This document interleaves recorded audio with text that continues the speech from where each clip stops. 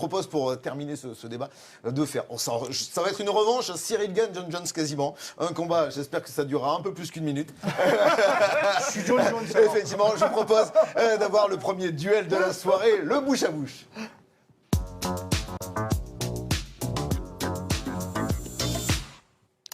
Sur un thème, sur une question, faut-il prolonger Lionel Messi? Et on a deux grandes bouches qui ne sont pas d'accord. Ibou, vous êtes plutôt partisan du oui, il faut prolonger Lionel Messi. Nabil Chélit dit que c'est une hérésie, il ne faut absolument pas prolonger le champion du monde argentin. Donc c'est vous qui allez commencer. Une petite minute pour nous convaincre. Bah alors moi je dirais oui, il faut prolonger Lionel Messi, d'abord pour tout ce qu'il représente dans le football. Après je sais qu'on va parler de terrain, mais sur le terrain on a vu en Argentine quand Lionel Messi est bien entouré, avec des milieux de terrain qui font le boulot pour lui, qu'il est dans de bonnes conditions, bah que Lionel Messi est utile, et tellement utile qu'il peut être le meilleur joueur d'une compétition, quasiment le meilleur buteur, et remporter cette compétition. Et un problème à Paris, c'est que les trois ne peuvent pas cohabiter ensemble, donc il faut faire un choix. Le choix, c'est le plus évident, c'est sûrement de faire partir Neymar, parce que quand on voit que Neymar n'est pas là, la connexion Messi-Mbappé fonctionne bien. Et pour ça, il faut renforcer le milieu de terrain avec des joueurs qui seront au service pour mettre Messi dans de bonnes conditions et donc aider aussi Mbappé. Eh ben voilà, une gestion du timing absolument parfaite. C'était John Jones, ça. Ah oui. Je vais faire Ngannou. Attention, non, c'était Cyril Gane. Ouais, mais là, c'est nous, on produit le... Vous tapez 3 fois sur l'épaule de Vikash si vous n'êtes pas bien. En tout cas, vous allez avoir quelques secondes pour essayer de nous convaincre. Alors là, il y avait un vrai projet pour prolonger Lionel Messi. Nabil Chélit, lui, se transforme en nettoyeur. Lui, il veut le dézinguer, il veut le virer. Dézinguer, peut-être pas. Mais... Voilà, 40 secondes pour virer Lionel Messi. Non, mais moi, je pense tout simplement que Lionel Messi, un jour, il a rêvé de faire gagner le FC Barcelone. Je pense tout simplement que Lionel Messi, un jour, il a rêvé de faire gagner l'Argentine. Mais je ne pense pas que Lionel Messi a rêvé de faire gagner le Paris Saint-Germain. Je pense qu'il n'est pas venu pour de bonnes raisons. Il est venu pour des questions d'impasse financière du côté du FC Barcelone. Et si vous voulez le conserver, il faut qu'il soit au centre du projet, ce qui n'est absolument pas le cas. Il faudrait le Messi de l'Argentine. Mais il y a Mbappé. Neymar, je veux bien qu'on l'exfiltre, mais enfin, c'est lui qui décidera. Il a prolongé jusqu'en 2027. Et puis, moi, hier, je suis désolé, depuis très longtemps, j'ai eu le sentiment de voir un vétéran sur le terrain. Il a été broyé par Goretzka. Ça m'a effrayé pour lui et je me demande s'il ne ferait pas mieux de faire comme Cristiano Ronaldo, d'aller se trouver une autre destination. Me tentez pas. Cristiano Ronaldo qui vient au PSG pour jouer à 4 devant un 4-2, 3-1. Si j'étais l'émir. Bon, bref, tout ça. Allez, en tout cas, voilà, vous avez donné vos arguments, mais messieurs, ce sont évidemment vos camarades qui vont devoir trancher. Guy, il va falloir se positionner. Ils ont été bons. Voilà. Est-ce qu'on rejoint Ibou? Est-ce qu'on prolonge Lionel Messi? Est-ce qu'on rejoint Nabil? Je fais toujours comme je fais. Hein. J'avais mis non, donc pour moi aussi c'était non. Donc je rejoins. Pour d'autres raisons. Ouais, non, mais je rejoins Nabil. Non, pas de Lionel Messi. Pas de prolongation. D'accord. Vikash, au secours d'un champion du monde argentin. Je suis convaincu sur l'idée de Lionel Messi avec l'Argentine, avec une équipe où il y a 10 gars qui jouent pour lui. J'avais mis non aussi, donc je vais rester sur le non. Là. Je pense qu'il a fait son temps. Après, ça ne nous déplairait pas qu'il reste. Hein. Évidemment, on est toujours émerveillé par le joueur. Oui, mais là, c'est une question de stratégie sportive, tout simplement. Il faudrait savoir. Tu dois remporter le duel. Là, c'est un 3-1, c'est une victoire. Non, mais moi, j'aime bien. Derrière. Bon, non, mais on en parlait. Allez, je te mets 6 mois. Allez, je te mets 6 mois comme ça. Non, mais on en parlait un peu avant l'émission. Je me mets à la place d'enfants ou de gamins qui vont au Parc des Princes et dont le papa leur dit on va aller voir Lionel Messi jouer. Donc, ça reste comme une émotion quand même de voir un tel joueur. Voilà. Après, en termes de stratégie sportive. C'est pas rationnel pour le PSG. Puis il va prendre un an en fait. Hein. Je veux dire, il vieillit. Hein. Ouais. Oui. Bon, alors, non, mais victoire de Nabil. Et ça m'a tellement inspiré, messieurs, que moi j'ai envie de rentrer dans de la philosophie. On va faire. Il y a eu aujourd'hui encore une réunion, Nasser El-Khelaifi, qui essaie de se regrouper, qui cherche évidemment des responsables à cette nouvelle désillusion, cette déroute. Donc, qui sont les responsables? Les dirigeants, l'entraîneur, les joueurs. On a vu notamment dans le sujet de Charlie Grégoire. Une phrase de Kylian Mbappé, j'ai envie de vous interroger là-dessus. Il dit, on avait promis de faire notre maximum, c'est ça. C'est quand même inquiétant que le chef de file, Vikash du projet, dise notre maximum, c'est ça. Ouais, mais il est un peu responsable aussi, il a voulu construire... Enfin, le projet, c'est de le prolonger. Il reste, c'est un peu lui qui devient le big boss. Il veut tous les ballons, il veut marquer les buts, il veut tirer les pénaltys. Maintenant, il a le brassard. Oui, il veut être le meilleur joueur du monde. Là, il vient en conférence de presse en train de dire aux journalistes notre max, on avait promis de faire notre max. Notre max, c'est ça, c'est être éliminé, être humilié en huitième de finale. Il se met dedans. Hein. Non, mais c'est simple. Lui, en gros, là, quand il dit ça, il leur dit en fin de saison, soit vous faites ce que je vous ai dit le coup d'avant, c'est-à-dire vous sortez certains joueurs comme Neymar. Il ne l'a pas dit comme ça. Mais en tout cas, le projet, c'était d'exfiltrer Neymar, d'avoir davantage de masse salariale et construire une équipe autour de lui. Et éventuellement, effectivement, garder Messi, qui a plus rien à prouver, puis qui a gagné la Coupe du Monde avec l'Argentine, qui n'est pas un problème pour Mbappé. Mais pour moi, le grand responsable, quand même, parce que vous demandez quand même qui est responsable. Alors, il y a le passé, le passif, il y a l'institution, il y a le PSG. On ne va pas refaire l'histoire du PSG ici, on le refait régulièrement. Non, mais si, parce qu'on était sur un nouveau projet. Campos, Louis j'y arrive. Campos est arrivé. Non, mais j'y arrive. Fini Lilian. le bling-bling. Non, mais Campos, là, c'est un foutage de gueule, là, son recrutement. Vous jouez à 3 derrière. Il passe son temps à essayer de faire Skriniar comme si c'était le seul défenseur au monde et qu'il ne réussit pas à faire Skriniar. Il n'y a pas de défenseur qui arrive. Il dit que c'est de la faute d'Antero parce qu'il n'a pas fait venir, il n'a pas vendu des joueurs. Moi, j'y crois pas. Je pense que c'est plutôt des luttes intestines. D'ailleurs, je pense que Nasser n'était pas forcément fan de Campos. Mais pour conserver Mbappé, Mbappé, lui, qui avait déjà travaillé avec Campos à Monaco, c'était un attelage qui satisfaisait notamment la star française. Bon, ça, tout le monde le sait, plus ou moins maintenant, et ça a déjà été dit. Ensuite, il a fait partir des joueurs comme Gana Gueye, Paredes, qu'on disait pas au niveau, Di Maria. La blague. Bon, bref. Pour ramener, je suis désolé, des joueurs moyens plus comme Solaire qui n'arrive pas du tout à s'adapter. Les jeunes, oh putain, on va faire jouer des jeunes, c'est génial et tout. Les jeunes, on les prépare pas. Ils ont le niveau pour arriver à un moment à ce niveau-là. Mais on les envoie au casse-pipe en boucherie en fin de match. Vas-y, rentre, débrouille-toi face à Leroy Sané et compagnie. Et pour terminer, ce que j'ai trouvé, moi, scandaleux, c'est la conférence de presse de Galtier qui nous explique que le Paris Saint-Germain a été éliminé à cause des blessés, à cause du calendrier et aussi à cause d'un gamin de 17 ans qui a manqué. Il a chargé le Donc, gamin. Guardiola, il ferait ça ? Klopp, il ferait ça ? Jamais de la vie. Est-ce que les autres gros clubs, ils n'ont pas les mêmes calendriers ? Est-ce que les autres gros clubs, ils n'ont pas eu la Coupe du Monde ? Est-ce que les autres gros clubs, ils n'ont pas des blessés ? Au Bayern, il y avait pas mal de blessés. Donc voilà, c'est une faillite multidimensionnelle. Et moi, je commencerai par virer les deux qui sont là, pour commencer, là. L'attelage Galtier-Campos. Et Campos, je l'appelle dans mon bureau, je lui dis, attends, tu m'as fait claquer des dizaines de millions d'euros pour rester dans mon camp, là, et pas avoir de défenseur central pour remplacer. Le Paris Saint-Germain a fait quelque chose, moi, qui m'interpelle, messieurs, notamment dans les semaines qui venaient. Ils ont prolongé Marquinhos, ils ont prolongé Marco Verratti, qui sont quand même associés, c'est des cadres, associés à toutes ces déroutes, à toutes ces défaites. C'est des garçons qu'on a prolongés. On a vu des choix de Christophe Galtier. Donc il a fait jouer Marquinhos, qui était blessé depuis le match contre Nantes, qui n'a pas pu finir l'échauffement, qui finalement doit céder sa place à Nordi Mukiele, mais qui est blessé, qui au final en fait doit sortir à la mi-temps pour faire entrer un gamin de 17 ans. C'est un château de cartes. Enfin, je veux dire, c'est un château de cartes. Est-ce qu'on prépare un match un huitième contre le Bayern Munich comme ça ? La chaîne de responsabilité, elle part d'en haut jusqu'aux joueurs qui étaient sur le terrain, bien évidemment, en y incluant aussi le technicien. Parce que, évidemment, quand Marquinhos est blessé, et c'est quoi ces solutions de repli aussi derrière ? Justement, on revient au mercato, les renforts qui ne sont pas venus, etc. On revient aussi à la préparation. On revient aussi à la préparation du match. Il y en a qui ont gagné la Ligue des Champions avec non, bien sûr, mais on revient aussi à la préparation du match. Oui, mais est-ce que l'équipe, sur ce qu'elle a montré ces dernières semaines, elle s'exprime mieux ou elle a plus de solidité ? En tout cas, même si, bien évidemment, ça n'a pas été assez face au Bayern, mais est-ce qu'elle a plus de solidité à 3 avec ces pistons-là ou à 4 ? Oui, mais là, le match, il te dicte quand même ça.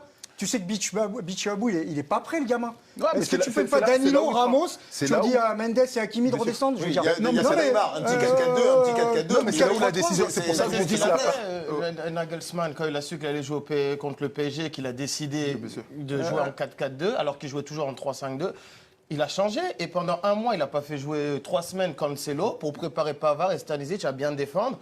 Donc le PSG avait le temps suffisamment aussi de prévoir un plan pour ce match-là. Oui, parce qu'il y avait beaucoup de temps, effectivement, entre les deux matchs. Alors, sur la scène européenne, c'est vrai que le Paris Saint-Germain fait peur aux grands clubs européens, notamment par sa puissance financière, sa capacité à attirer tous les joueurs. Donc, vous imaginez... De la vieille, voilà, les vieux clubs là, installés à vie, qui vont gagner. Et qui le vont PSG, en mettre 5 à Anfield. Ouais, mais le PSG qui arrive nouveau riche, qui a plein de thunes, qui est capable d'acheter. Et ça il dérange quand même le Paris Saint-Germain. Et c'est quand même leur dire votre projet de gagner la Ligue des Champions avec votre argent, il n'est pas bon. Le nôtre, il est bon. Il y a un truc comme ça qui est un peu malhonnête de la Real Madrid. Je défends le grand capital, ça Mais non, mais le PSG, c'est un projet particulier. J'ai de l'argent, je veux gagner cette année. Et tous les ans, ils vont dire je veux gagner cette année en mettant le paquet sur 2-3 joueurs. Voilà, c'est un projet qui est bon, qui vaut ce qu'il vaut. Quand on va au Parc des Princes et on voit Messi, Mbappé et Neymar rentrer sur le terrain, il y a quand même quelque chose. Le PSG a quand même fait ça.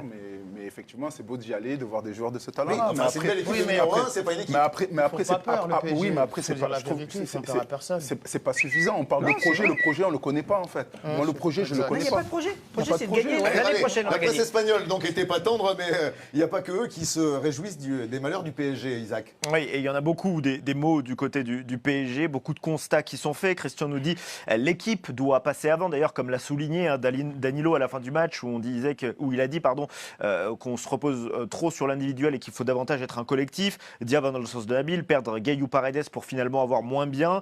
Sangare qui nous dit l'équipe doit être au-dessus de l'institution. Yacouba qui nous dit la trajectoire du club ces dernières saisons montre qu'il régresse, 2 huitièmes de finale de suite. Lorsqu'on fait tous ces constats, par où on doit commencer maintenant? On attend la fin de saison, j'imagine, mais qu'est-ce qu'on fait? Est-ce qu'on change le coach? Est-ce qu'on change Campos? Est-ce qu'on change les joueurs? On fait encore une nouvelle revue d'effectifs? Est-ce qu'on change également l'état d'esprit, c'est-à-dire essayer enfin de mettre une réelle institution devant les joueurs, comme on a pu le reprocher à des joueurs comme Neymar ou Messi de penser d'abord à eux?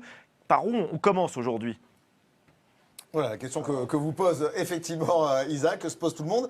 Je vais commencer par vous, Ibou. Bon, déjà, première chose, Christophe Galtier est en danger.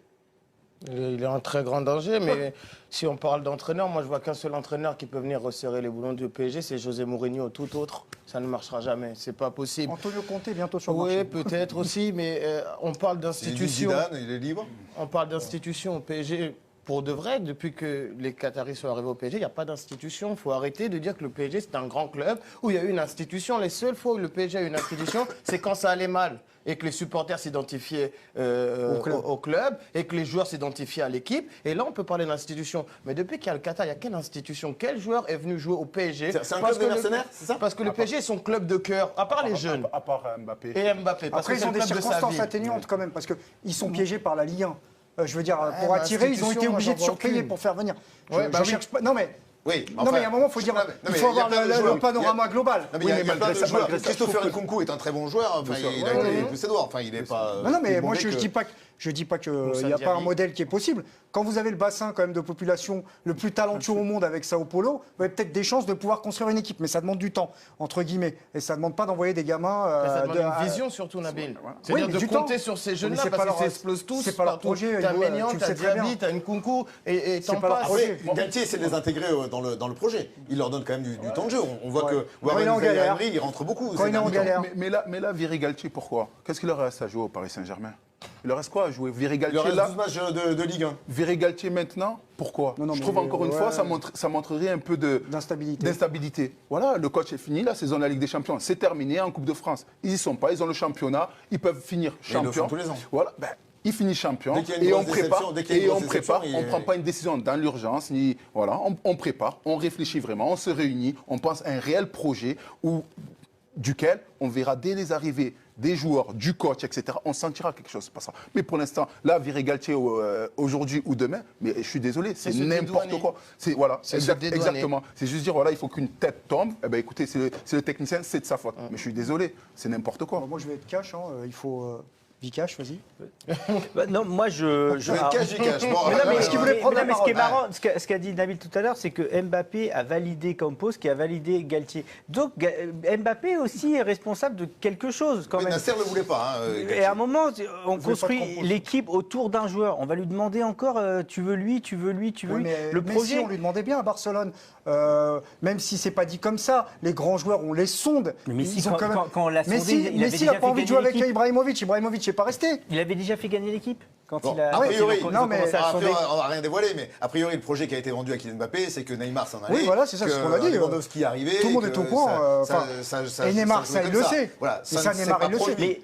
Mais ce que je trouve dérangeant avec Mbappé, c'est qu'il aime aussi être cette personne seule sur le terrain qui cristallise la pression et qui devient la star. Quand il rentre pendant une demi-heure, il est la star.